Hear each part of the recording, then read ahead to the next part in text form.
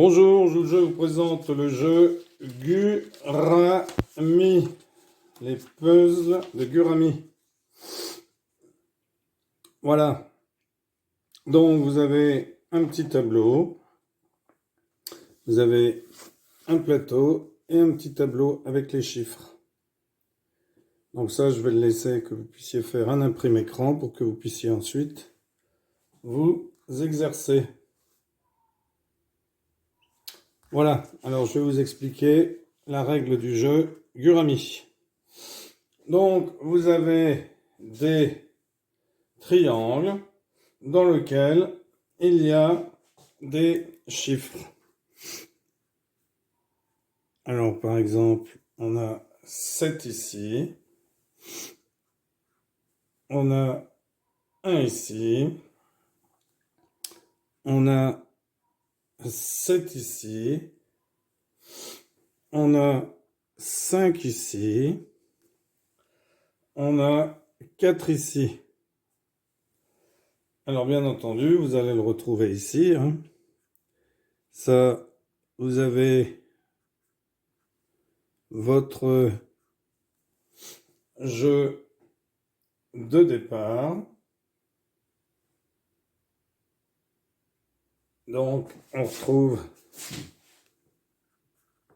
la même chose dans tous, puisque après ça, c'est pour le comptage. Je vais vous expliquer comment on compte les points.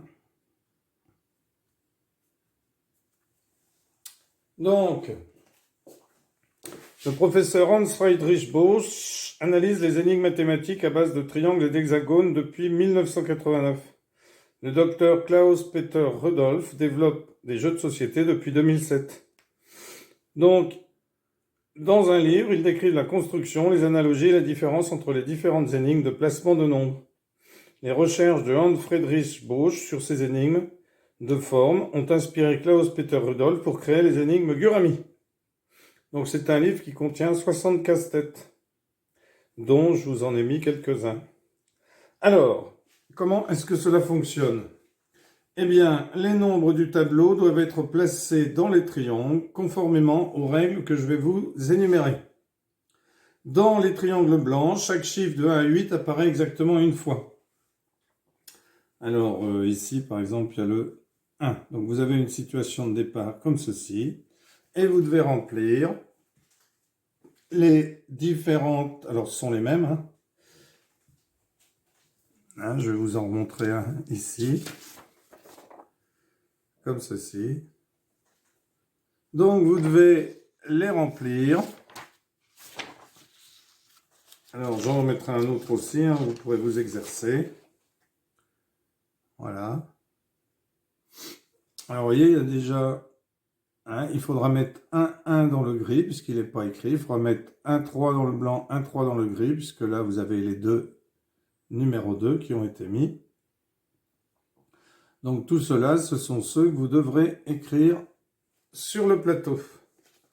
Alors, dans les triangles blancs, ça va de 1 à 8. Et dans les triangles gris, les chiffres vont de 1 à 8. Chaque bande horizontale vers le haut et vers le bas remplit la condition suivante. La somme des nombres dans les triangles gris est égale à la somme des nombres dans les triangles blancs. Donc 7, ici, il faut que je fasse 7 avec deux chiffres. Alors, par exemple, je peux mettre 4 et 3. Donc ici, je mets 4 et 3. Donc 7 plus quelque chose devra être égal à 7 et 4, 11 et 3, 14, devra être égal à ici plus ici. Alors ça peut être 9 plus 5 ou 8 plus 6. Alors ici ça va être 8 plus 6, forcément. 8 et 6. 4 et 3, 7 et 7, 14. 8 et 6, 14. Et on n'a pas mis 9 et 5 parce que le 5 était déjà dans le griset. Donc je ne pouvais pas remettre un 5. Alors, vous remplissez ensuite. Donc, ici, 6 et 1, 7, 7. Donc là, il faut que je sois à égalité. Alors, 4, 3, Alors, 7 et 4. Alors, 4 et 1, 5. Alors, imaginons par exemple qu'ici,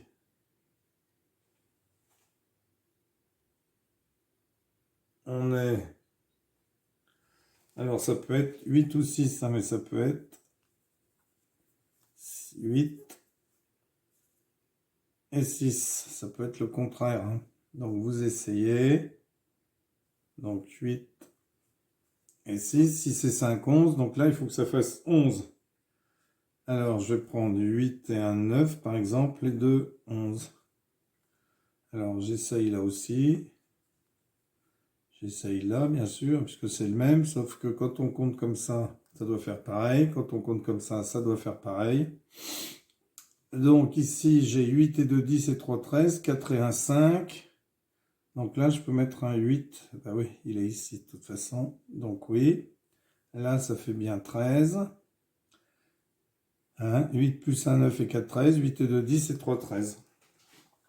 Hein. Donc, ici, 7, 6 et 5, 11.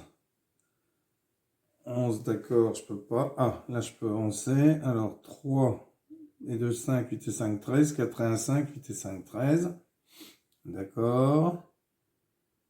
Alors, voyons voir. Qu'est-ce que je peux remplir encore? 4 et 7. 4 et 1, 5.